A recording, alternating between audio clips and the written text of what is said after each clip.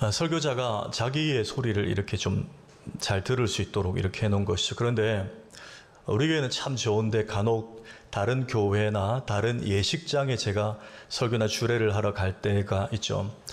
그런데 그곳에는 이렇게 이 설교자, 주례자를 위한 모니터 스피커가 잘 구비가 안 된 곳도 종종 있습니다. 그런 곳에서 제가 뭐 이렇게 조금 찬양이나 또 설교를 하다 보면 거의 5분, 10분 지나가면 금방 목에 피로감이 오고 목에 무리가 되고 목이 또 쉬어버립니다.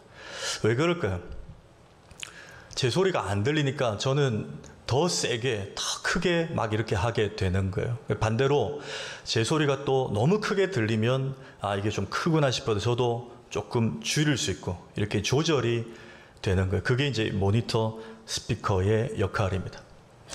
2달 전에 우리 박사모 원로 목사님 생신 때 이제 제가 뵀었는데 그때 목사님께서 바로 이제 오늘부터일 거예요.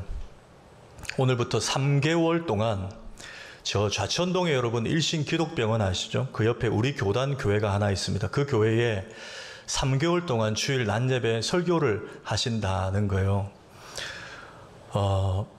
3개월이면 여러분 하루에 1, 2부 2번 설교하면 24번 이상이잖아요. 그 설교를 하신다 말씀하시더라고요. 그래서 그랬는데 목사님 좀 걱정을 하세요. 그래서 왜 걱정을 하시냐 그랬더니 목사님이 예전에 그 교회에서 설교를 하신 적이 있는데 그 교회가 이 설교자 모니터 스피커가 없는 교회였다는 거예요. 그래서 그때 기억이 있어서 좀 힘들으셨던 거죠. 근데 이제 3개월 20여 차례 이상 주일 낮마다 설교를 해야 되는 거예요. 그 교회 이제 담임 목사님이 이제 3개월 안식일을 가시는 거예요. 그래서 이제 아마 오늘부터 하시게 된다는 거예요. 근데 걱정을 하셔서 제가 이제 그 말씀을 듣고 목사님 헤어지고 나서 그 교회 행정 목사님에게 전화를 했습니다.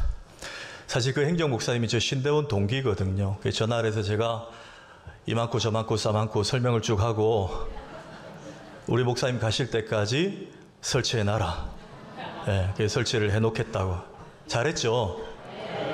일부 때는 박수까지 치더라고요. 아니. 이러시면 안 됩니다. 이러시면. 모든 영광은 하나님께. 이게 이제 우리 목사님이나 저나 설교자들은 늘 이렇게 예민할 수밖에 없는 게 모니터 스피커 이 시스템이에요. 그럼 제가 왜 설교를 열면서 모니터 스피커 말씀을 드리냐? 오늘 말씀의 주제 때문인데 여러분 마지막 절인 16절 한번 보실까요? 16절.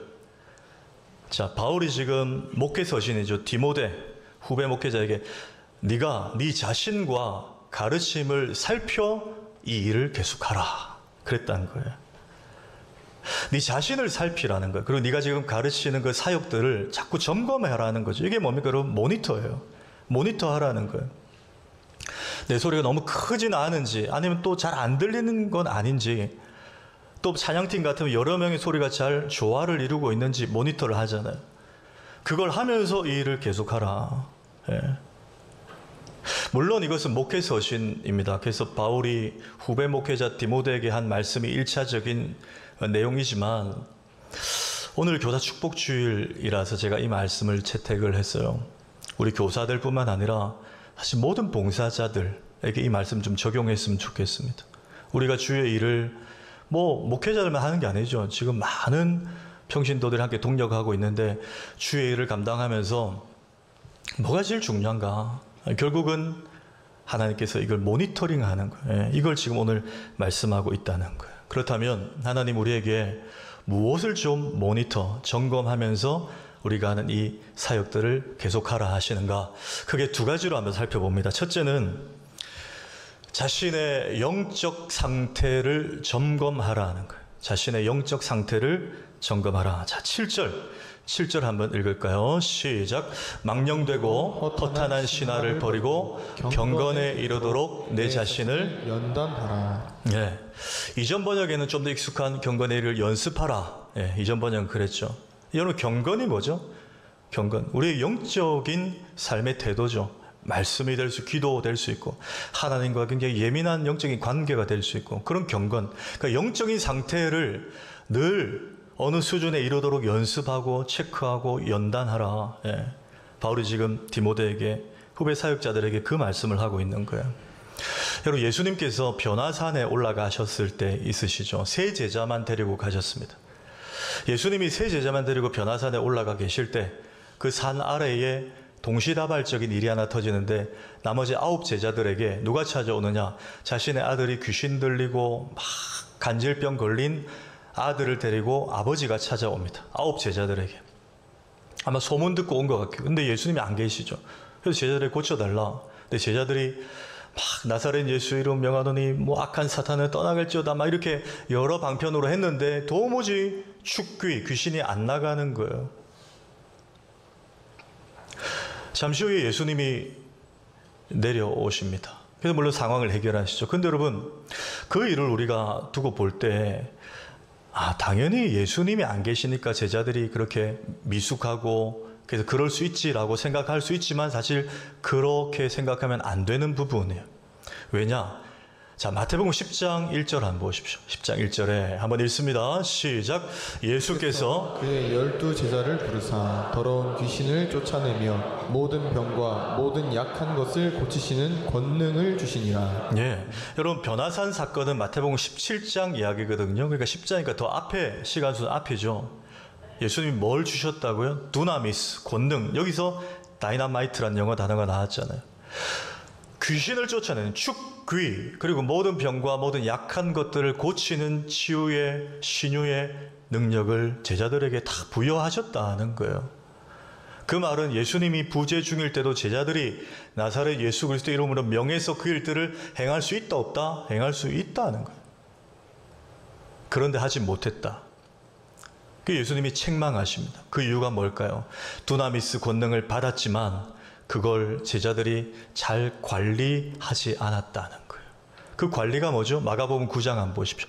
똑같은 사건을 예수님이 이렇게 말씀. 기도 외에 다른 종류로는 이런 것이 나갈 수 없느니라. 기도하지 않았다는 거예요. 영적으로 점검하지 않았다는 거예요. 한 번 은혜 받았다, 한 번 집회 은혜 받았다, 끝. 아니고, 하나님 이 은혜를 계속 저에게 공급하여 주옵소서. 우리 교회에 은혜의 강물이 흐르게 하옵소서.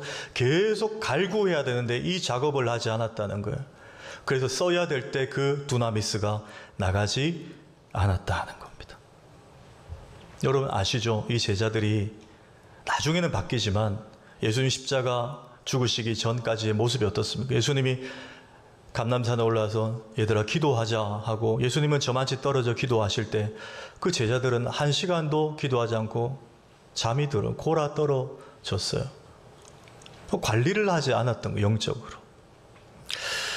여러분, 하나님이 우리에게, 우리 성도님들에게도 각자 은사들을 다 주셨어요. 보면 다 잘하는 것들이 있습니다. 하나님 주신 거예요. 귀한 달란트입니다. 그런데 다 받았는데 그걸 평소에 관리하지 않으면 정말 그 은사를 사용해야 될 때 발휘할 수가 없을 때가 있습니다. 부족하지만 하나님 저에게도 찬양의 은사를 주셨어요. 그래서 제가 대학 때 성악을 전공했습니다. 그러나 제가 그 재능만 믿고 뭐 연습 안 하고 뭐 관리 안 하고 아무 때나 막 그냥 이러고 있으면 정말 노래하고 찬양해야 될 때 제대로 그 소리가 나오지 않을 때가 있어요. 그래서 저는 뭐 굉장히 목에 더 예민합니다. 그래서 공기청정기도 두고 뭐 위에 사무실에도 두고 또 겨울에는 건조하지 않게 뭐 가습기도 켜고 그리고 또 되게 안 좋을 때는 목에 스카프도 감고 자고 뭐 더 안 좋을 때는 마스크를 끼고 자기도 해요. 마스크를 끼면 여러분 좋아요. 이건 바이러스가 들어오지 않고 이 안에 가습 효과가 생겨서 목에 굉장히 좋습니다. 근데 표정들이 그렇게 관리를 했는데 그 모양이냐라는 표정들. 요즘에 금요철학 때 제가 좀 소리를 많이 질러가지고 요즘에 조금 그런데 하여튼 관리합니다. 하는데 그래요. 여러분 우리가 그런 의미에서 삶에 문제가 터졌을 때 제일 먼저는 내 상태를 점검할 필요가 있어요. 근데 우리가 은연중에 좀 습관적으로 뭐 교회에 어떤 일이 생기거나 하면 늘 환경이나 다른 사람에게서 찾으려요, 원인을. 그렇죠. 우리가 좀 그런 버릇들이 있습니다. 근데 사실 오늘 말씀은 철저하게 나에게 향하고 있어요. 내가 네 자신과 네 가르침을 살펴 이 일을 계속하라는 거예요. 나에게 가장 큰 지분이 있다는 거예요. 그걸 오늘 성경은 계속 방향을 제시하고 있습니다. 결국 내가 기도하지 않았고 내가 말씀 묵상하지 않고 내 안에 은혜가 고갈됐기 때문에 이런 건조하고 피폐한 문제들이 일어나는 것이지 다른 사람 탓이 아니라는 거예요. 저도 유튜브를 통해 종종 설교를 듣습니다. 저도 이제 인풋이 돼야 되죠. 저도 은혜를 받아야 되잖아요. 그래서 저도 설교를 듣는데 설교를 듣다가 아무리 뭐 설교를 잘한다는 목사님이 있어도 찾아 듣다가도 딱 이러면 저는 그분 설교를 듣지 않고 돌려버리면 꺼버립니다. 어떤 경우일까요? 소리 지르는 거. 막 화내는 분들이 있어요. 물론 설교자가 정말 거룩한 분노를 가지고 때로는 청중을 책망할 때도 있습니다. 그런데 저는 동종업계이기 때문에 알잖아요. 저게 정말 거룩한 분노인지 아닌지 느낌이 있단 말이죠. 화를 내야 될 지점이 아닌데 그냥 화내고 또 그 다음 주 설교를 들어봐도 이분이 습관적으로 좀 짜증이나 화가 배어 있는 분들이 굉장히 유명한 목사님들 중에도 그런 분들이 있더라고요. 그래서 저는 듣지 않습니다. 막 소리 지르고 막 그러면 마음이 다쳐버려요. 저는 목사인데도 청중의 입장에서 들으니까 막 다그치고 막 이러니까 마음이 다쳐버려요. 왜 그럴까 생각해 보면 저는 조금 더 잘 알잖아요. 어쩌면 무슨 지금 그 교회에 무슨 일이 있든지 아니면 그 목사님이 뭐 장로님들과 관계가 지금 틀어져 있든지 아니면 사적으로 뭐 집에 무슨 문제가 있든지 아니면 오늘 아침에 사모님하고 싸웠든지 뭐 이런 걸 거라는 느낌이 올 때가 있어요. 왜? 이건 지금 성경이 제시하는 거룩한 분노할 지점이 아닌데 그런 게 막 묻어 나올 때가 있다는 말이에요. 그러면 설교를 돌려버립니다. 여러분, 설교자도 시험에 빠질 때가 있어요. 설교 강단을 이용해서 자신의 감정을 풀 때가 있습니다. 저도 굉장히 조심해야 될 부분이에요. 대표기도 마찬가지, 찬양인도 마찬가지. 거룩한 자리를 나의 도구로 사용할 때가 있어요. 여러분, 설교자가 화가 난다고 해서 그 본문과 관계없는데 성도들에게 화를 내면 됩니까? 안 됩니까? 됩니까? 저도 좀 낼까요? 안 돼요, 여러분. 그건 하나님의 마음이 아니에요. 이용하는 거예요. 교인들이 뭘 이렇게 잘못했습니까? 물론 잘못할 때도 있는데 뭘 그렇게 화를 막 설교할 때마다 소리를 지르고 그럴 건 아니라는 거예요. 교회가 뭐 자기 마음대로 안 된다고 막 그런 교인들이 안 따라준다고 막 여러분, 교인이 양이 자기 양입니까? 여러분이 제 양이에요? 누구예요? 김양이에요? 박양이에요? 최양이에요? 누구 양이에요? 예수님의 양 아닙니까? 여러분, 예수님이 베드로에게 요한복음 21장에 뭐라 그랬어요? 이르시되 네가 나를 사랑하냐 세 번 묻고 내 양을 먹이라. 예수님의 양이에요. 여러분 믿으십니까? 여러분은 예수님의 겁니다. 제가 여러분을 책임지지 못해요. 저는 맡은 사역만 그냥 하는 거죠. 예수님의 양이에요. 교회가 목회자의 교회입니까? 아니에요. 천만의 말씀. 교회는 목회자의 철학으로 가는 것이 아닙니다. 예수님의 철학으로 가는 것이에요. 베드로가 주는 그리스도이죠, 살아계신 하나님의 아들입니다. 예수님 칭찬하시고 뭐라고 하시죠? 마태복음 16장에 내가 이 반석 위에 내 교회를 세우리니에요. 예수님의 교회입니다. 목사의 교회가 아니에요. 저 로마 가톨릭처럼 교황, 바오로 2세 그들의 교회가 아니에요. 신앙 고백 위에 예수님의 교회를 세우겠다는 거예요. 근데 왜 교회가 자기 뜻대로 안 되고 뭐가 뭐 장로님들 안 따라준다고 그거를 화가 난다? 굉장히 위험한 죄죠. 결국 뭐라고 제가 왜 이 말씀 드리냐? 설교자도 자기 영적인 관리를 하지 않으면 그렇게 넘어질 수 있다는 거예요. 물론 다른 것도 죄가 될 수 있으면 그게 얼마나 위험한 죄예요. 자기 스스로 속이는 거예요. 근데 여러분, 설교자들만 그럴까요? 오늘 우리 교사 축복주일에 우리 교사들과 모든 봉사자들도 좀 확장해서 한번 적용해 보십시오. 주의해야 됩니다. 특히 교사들 한 주간 영적으로 관리되지 않은 상태의 감정을 가지고 주일학교 아이들, 내 반 아이들 앞에 설 때가 있어요. 그렇죠. 솔직히 그럴 때 있어요. 준비되지 않은 상태에서 선다. 그러면 정제되지 않은 내 감정과 표현과 언어들이 아이들한테 표출이 될 때가 있습니다. 여러분, 아이들이 모를 것 같죠? 다 압니다. 집에 키우는 강아지도 알아요. 이 주인이 나를 사랑하는지 화를 내는지. 유치부 아이들 모를 것 같아요. 다 느낍니다. 전도사님이, 목사님이, 선생님이 나를 사랑하는지 다 느껴요.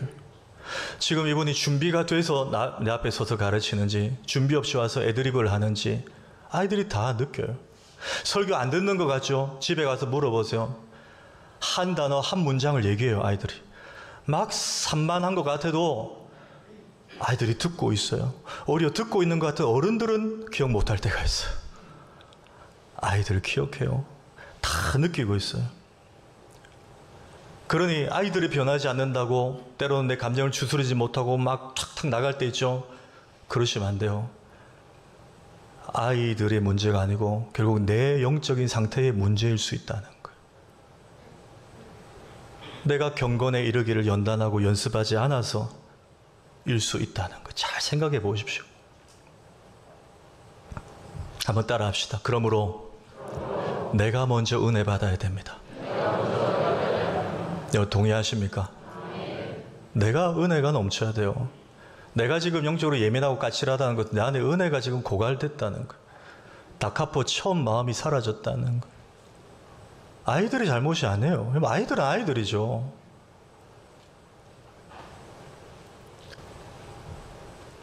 우리 봉사자들, 교사들 하나만 제가 구체적으로 권면합니다. 여러분들이 공예배에 목숨 거셔야 돼요. 우리 교회는 없을 줄 아는데 예전에 주일학교 예배 드리고 자기는 1부, 2부 예배 안 드리고 집에 가는 교사들이 있다는 제보를 제가 받았어요. 큰일 날 일입니다. 그래서 아이들 앞에서 예배 잘 드려야 된다고 가르친다고요. 아이들이 저 뒤에 있으면 앞에 가서 예배 드려야지. 본인은 저 뒤에 가 있으면서 말도 안 되는 거예요. 내가 예배 속에 깊이 들어가야 돼요. 내가 예배자가 돼요. 내가 교사가 아니에요. 여러분 야고보가 뭐라 했죠? 그러니까 많이 선생이 되지 말라 그랬어요. 왜? 그만큼 어려운 일이에요.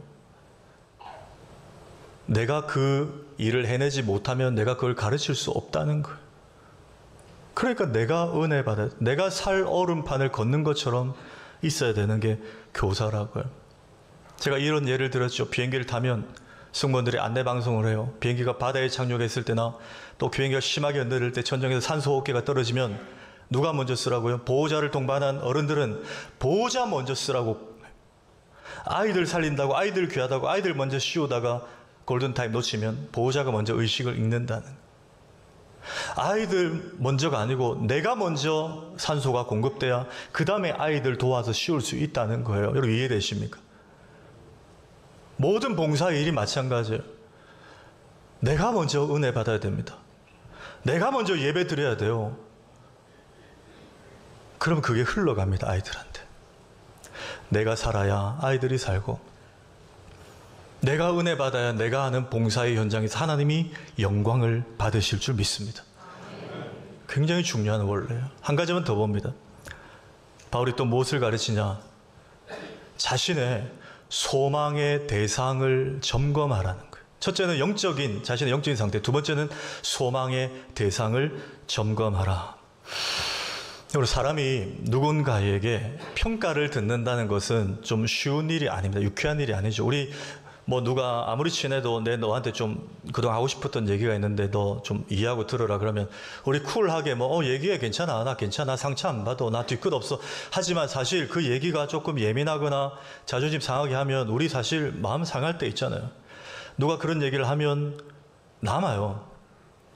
그래서 누가 나에게 평가를 한다는 것은 사실 쉬운 일은 아니에요. 그걸 듣는다는 것은. 저도 우리 성도님들, 제가 작년 8월에 눈에 좀 안검하수 수술을 했잖아요. 지금 거의 10달 다 돼 가는데 아직도 저보고 옛날 눈이 낫다 그러면 저는 이제 선글라스 끼고 설교하고 싶어요. 예. 그 한마디가 비수처럼 꽂혀가지고 남의 평가를 듣는다는 것은 쉽지 않다는 거예요. 근데 우리 교회도 많은 봉사자들이 계십니다. 이름 없이 빛도 없이 정말 뭐 찬양대도 좀 교환 찬양한다고 또 준비하시고, 뭐 교사들, 주차장, 주방, 방송실 곳곳에. 근데 여러분 어떻습니까? 찬양대 연습하는 자체가 힘든가요? 아니죠. 그 일 자체가 힘든가요? 아니에요. 그 일은 주님 바라보면 해집니다. 그런데 그 사역을 열심히 하는데 들리는 말 때문에 힘들 때가 있어요. 사람들의 평가 때문에. 아니 저 사람이 나에 대해서 뭘 안다고 저렇게 말을 하지? 억울하고 막 화가 날 때가 있고, 너무 마음이 상할 때는 내년에는 진짜 아무것도 안 하고 싶다. 예배만 드리란다. 이런 마음이 들 때, 우리가 교회 안 다니면 안 들어도 될 말, 봉사 안 하면 안 들어도 될 말들을 괜시리 봉사하면서 들어야 될 때가, 그게 우리를 힘들게 하는 거예요. 그런 평가들이. 그런데 참 하나님이 나보다 나를 더 잘 아시고 우리의 창조주시고, 우리가 주의를 하고 힘쓰고 수고하다 보면 이렇게 실족할 것도 다 이미 아셨던 것 같아요. 그래서 우리에게 처방전을 주셔서, 그게 오늘 10절입니다. 10절 한번 읽어볼까요? 시작. 이를 위하여 우리가 수고하고 힘쓰는 것은 우리 소망을 살아계신 하나님께 둠이니. 네. 수고하고 힘들 때 우리에게 뭘 어떻게 하라고요? 소망을 살아계신 하나님께 두라는 거예요. 하나님께 두라. 저는 끝으로 저 말씀 한 절에서 구체적으로 두 가지 적용을 하고자 합니다. 첫째, 주의 일을 수고하고 힘쓸 때 기억할 것 두 가지. 첫 번째는 먼저 자기를 존중하고 사랑할 수 있어야 돼요. 여러분, 이건 이기적인 걸 말하는 게 아닙니다. 자기의 존재, 자기의 멘탈을 지키고 어떤 자기 존중, 자존감, 이걸 제가 말씀드리는 거예요. 지난 수요일에 밤에 그 수요일마다 하는 유재석 씨가 진행하는 유퀴즈라는 프로그램이 있었고, 굉장히 좋은 선한 영향력을 가진 분들이 이렇게 한 번씩 나옵니다. 제가 보는 중에 김지헌이라는 젊은 여교사가 저분이에요. 저분이 나왔어요.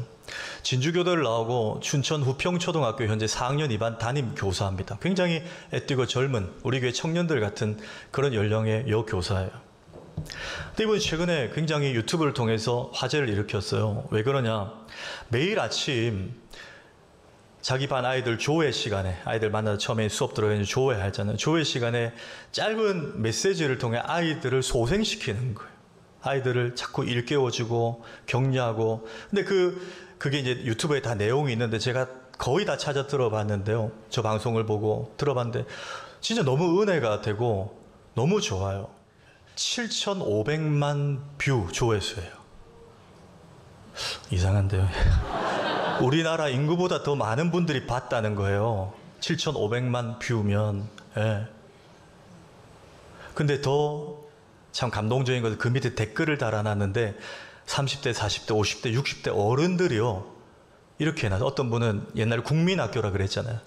내가 국민학교 다닐 때 저런 선생님을 만났다면 내 인생이 조금은 더 밝아졌을 텐데. 이런 글들이 있어요.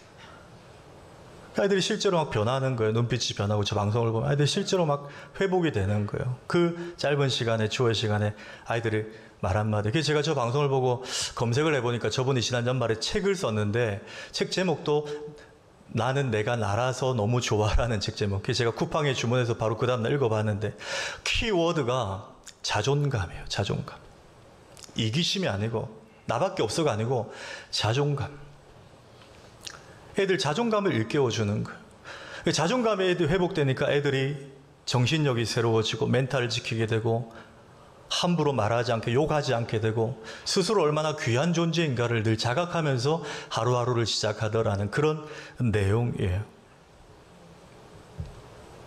오늘 주일 2부 예배, 우리 부민교회는 고신교단의 76년 전통의 보수적인 신학을 안고 있기 때문에 한번 따라해도 되겠습니까? 이거 나는 한번 해보실래요? 사실 1부 때도 했는데 한번 해보십시오. 청년들 좀 도와주세요. 예. 자, 시작. 나는 내가 세상에서 제일 소중해, 제일 특별해. 아, 눈물이 날라 그러네. 1부 때는 27명이 안 하시더라고요. 예. 근데 여러분 해보니까 어떠세요? 너무 좋지 않아요? 사실 우리가 이런 거 하면 좀 어색해해요. 특히 우리 어른들 그럴 수 있어요. 왜냐? 이게 우리 교회가 늘 헌신, 희생 이걸 해야 잘하는 거라고만 생각하거든요. 근데 물론 그거 틀린 말 아니에요. 그런데 여러분, 우리가 적어도 이 말씀을 오해하고 있어서 그래요. 자, 마태복음 16장 24절 읽습니다. 시작. 누구든지 나를 따라오려거든 자기를 부인하고 자기 십자가를 지고 나를 따를 것이나. 저 자기 부인에 대해서 우리가 조금 오해하고 있어요. 여러분, 제가 저 이 꼴이 아니라고 해놨죠. 자기 부인은요, 주님 우리에게 말씀하신 것은 자기 학대, 자기 부정, 자기 멸시, 자기 경멸의 의미가 아니에요. 이건 복음이 아니에요, 여러분. 삶의 방향성을 말하는 거지, 자기의 존재에 대해서는 굉장히 사랑할 수 있어야 돼요. 여러분, 우리가 어떤 존재입니까? 하나님이 자기 아들과 맞바꾼 존재 아닙니까? 세상에 나 같은 사람은 나밖에 없어요. 위대한 사람들이에요, 여러분. 제가 여러분 기분 좋게 하려고 그런 게 아니라 그게 바로 복음입니다. 그게 복음이에요. 근데 우리가 교회 하면 늘 헌신, 희생, 수고 막 이것만 생각하니까 나는 이게 이제 어색한 거예요. 내가 특별하다 그러면 그래도 돼? 약간 이런 마음이 우리에게 있어요. 여러분, 아니에요. 하나님 우리에게 뭐라고 하셨어요? 내 이웃을 너의 몸같이 사랑하라 그랬어요. 그 말은 여러분 풀면 뭐죠? 내가 내 몸을 사랑하듯이 이웃을 사랑하라는 거고, 그 말은 내 자신을 정말 사랑할 수 없는 사람은 이웃을 사랑할 수 없다는 거잖아요. 하나님이 나를 어떻게 생각하시는지 그 복음의 감격이 우리에게 스며 들어오면 내 자신의 존재라는 게 얼마나 귀한지를 우리가 새롭게 알게 돼요. 자, 제가 왜 이 말씀을 드리냐? 교회 봉사하다 보면 나에 대한 평가가 들릴 때가 있어. 왜 저러해? 왜 저렇게 해? 왜 이렇게 해? 그게 상처가 될 때가 있다고요. 근데 여러분, 복음 안에서 내 자존감이 굉장히 강하게 회복이 되면 웬만한 말들에 흔들리지 않을 수가 있어요. 저 사람 나를 잘 알지 못하고 저런 말 하는 거지 뭐. 내가 왜 저 사람 말 때문에 며칠간 고민해야 되고 신경 써야 되고 스트레스를 받아야 돼? 나는 하나님이 자신의 아들과 맞바꾼 존재인데, 나는 세상에서 하나밖에 없는 존재인데, 이걸 알면 여러분 웬만한 게 들어와도 여기 다 코팅이 돼가지고 상처를 거절할 수 있는 거예요. 그래서 제가 이 말씀을 드리는 거예요. 여러분은 특별합니다. 여러분, 특별합니다. 그게 복음이에요. 복음의 지향점이에요. 한 가지만 더 적용합니다. 주의 일에 수고하고 힘쓸 때 기억할 것, 두 번째는 사람이 아니라 아까 본문 그대로 하나님께 소망을 두라는 거예요. 아까 10절에 나왔죠. 하나님께 소망을 두미니. 제가 2주 전 평일 새벽기도 때 그때 본문이 출애굽기 8장이었어요. 8장 내용이 뭐냐면 하나님이 이스라엘 백성들을 출애굽시키기 전에 바로에게 10가지 재앙을 내리시죠. 두 번째 재앙, 개구리 재앙을 주실 때요. 바로가 처음에 버티다가 너무너무 괴로운 거예요. 나일강에 있던 개구리가 자기 침실까지 들어오니까 바로가 너무 괴로워서 모세에게 간곡히 요청합니다. 내가 졌다. 너희 하나님께 제발 간구해달라. 이 개구리가 다 물러가고 나일강에만 있게 제발 멈추게 간구해달라. 그랬더니 모세가 예, 왕이시여, 제가 그러면 언제 그렇게 하나님께 기도할까요? 그랬더니 바로가 그럼 뭘 묻냐, 지금 당장이지, 이렇게 해야 되는데 성경에 보면 그가 이르되 내일이니라 그랬단 말이에요.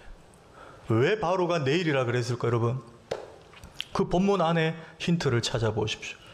자, 출애굽기 8장 7절에 요술사들도 자기 요술대로 그와 같이 행하여 개구리가 애굽 땅에 올라오게 하였더라. 아까 개구리를 불러낼 때 모세와 아론이 행한 것을 바로 옆에 있던 능력자들, 마술사들, 주술사들도 똑같이 따라 했거든요. 그러니까 이 바로에게 그 기대가 아직 있는 거예요. 조금만 더 내가 믿어보면 저들이 어떻게 해결해 주지 않겠냐. 내가 지금 당장 하나님께 항복하기는 좀 자존심 상하고 내가 믿고 의지하는 저 사람들을 한번 좀 더 걸어보고 안 되면 내일 하나님께 내가 항복하지 않는 거예요. 여러분, 근데 이게 3000년 전 바로의 문제만일까요? 우리도 예수 믿으면서 그럴 때 있잖아요. 내가 믿는 요술사들이 있어요. 정말 삶의 가정에, 일터에 문제가 계속 터지는데도 절대 아직까지 하나님 앞에 완전히 엎드리지 않는 우리의 모습이 있잖아요. 뭡니까? 내가 지금 아직 믿고 싶은 게 있거든요. 내가 아직 붙들고 싶은 게 있거든요. 그거 해보고 안 되면 마지막에 천부여 의지 없어서 손 들고 옵니다 되는 거예요. 그게 여러분 우리의 못난 모습 아닙니까? 하나님께 완전히 굴복하지 않는 우리의 모습. 저는 멀미가 좀 있어서 그 버스를 잘 타지 않아요. 특히 시내버스보다는 뭐 갈 일 있으면 지하철 타거나 뭐 이렇게 하는데, 여러분 버스 타시면 아무래도 좀 지하철보다 많이 흔들리죠. 그래서 책 읽기도 좀 힘들어요. 또 때로는 뭐 이렇게 급정거하기도 하고 그래요. 근데 여러분 버스 타셨다가 이렇게 서 계실 때 버스가 막 흔들릴 때 흔들린다고 옆에 사람 붙잡으면 어떻게 돼요? 같이 자빠집니다. 다쳐요. 뭘 붙잡아야 돼요? 봉, 기둥이나 손잡이 잡아야 돼요. 그렇죠? 예, 그거는 탁 심어져 있거든요. 흔들리지 않아요. 그거 붙잡으면 버틸 수 있어요. 여러분 마찬가지예요. 문제가 올 때, 위기가 올 때 내가 믿을만 했던 사람 붙잡으면 여러분 실패합니다. 그 사람이 해결 못 해줘요. 왜? 그 사람이 악해서가 아니고 약해서 그래요. 사람은 약해요. 여러분 같이 넘어져요. 손잡이를 붙잡아야 돼요. 기둥을 붙잡아야 돼요. 딱 뿌리 내린 걸 붙잡아야 돼요. 굳건한 반석이신 예수 그리스도를 붙잡아야 됩니다. 주님은 어떤 상황에도 흔들리지 않아요. 제자들과 배를 탔는데 폭풍이 와도 예수님은 주무시고 계실 정도로 평안하셨어요. 그분은 흔들리지 않는 분이라는 거예요. 여러분 다시 우리 교사들, 모든 봉사자들 다시 하나님께 소망을 두십시다. 사람에게 기대하지, 아이들에게 기대하지 말고 하나님께 소망을 두고 다시 하나님 붙잡는 거룩한 악력이 회복되는 우리 모두가 되기를 주의 이름으로 축원합니다. 오늘 말씀을 한번 생각하시면서 이렇게 한번 인사하겠습니다. 끝까지 귀하게 쓰임 받읍시다. 이렇게 한번 인사하겠습니다. 끝까지 귀하게. 아까 우리 교사들이 우리를 사용하셔서 찬양했는데 여러분 눈치채셨겠지만 개사를 했었어요. 다음 세대를 넣어서 그걸 2절로 하고 우리 원곡을 1절 부르고 그 다음에 아까 그 가사 2절로 하고 해서 우리 모두가 사실 하나님 앞에 쓰임받아야 됩니다. 물론 성도들 가운데 건강이나 여러 가지 사정으로 1인 1봉사를 못 하시는 분들도 계세요. 근데 괜찮습니다. 하나님 힘과 능력 주시고 기회 주시면 또 언제든지 어떤 역할이든지 할 수 있습니다. 그래서 나도 하나님 앞에 어떤 모양으로도 쓰임받겠습니다 하는 마음으로 함께 이 찬양 올려드리겠습니다.